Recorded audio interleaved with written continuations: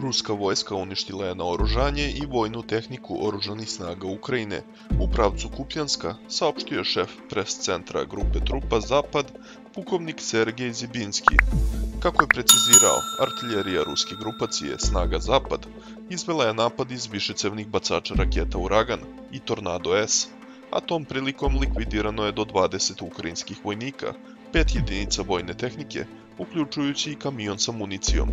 Zibinski je dodao da je u području mesta Peščano lovac Suhoi 35 navođenom raketom uništio kontrabaterijsku radarsku stanicu američke proizvodnje.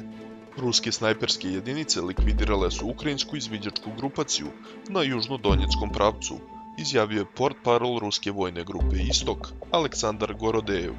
Također je rekao i da su ruski PVO snage oborile i ukrajinske izviđačke dronove Furija i Valkira. Dodao je i da su u zaporoškom pravcu otkrivena i artiljerijskim granatiranjem uništena jedna ukrajinska haubica i jedna minobacačka grupacija.